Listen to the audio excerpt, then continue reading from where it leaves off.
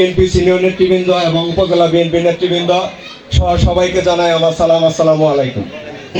আসন্ন জাতীয় সংসদ নির্বাচনকে সামনে রেখে জামালপুরের মেলান্দহ মাদারগঞ্জ নির্বাচনী এলাকার ২ নম্বর কুলিয়া ইউনিয়নে বিএনপি ও অঙ্গ সংগঠনের প্রস্তুতি সভা অনুষ্ঠিত হয়েছে।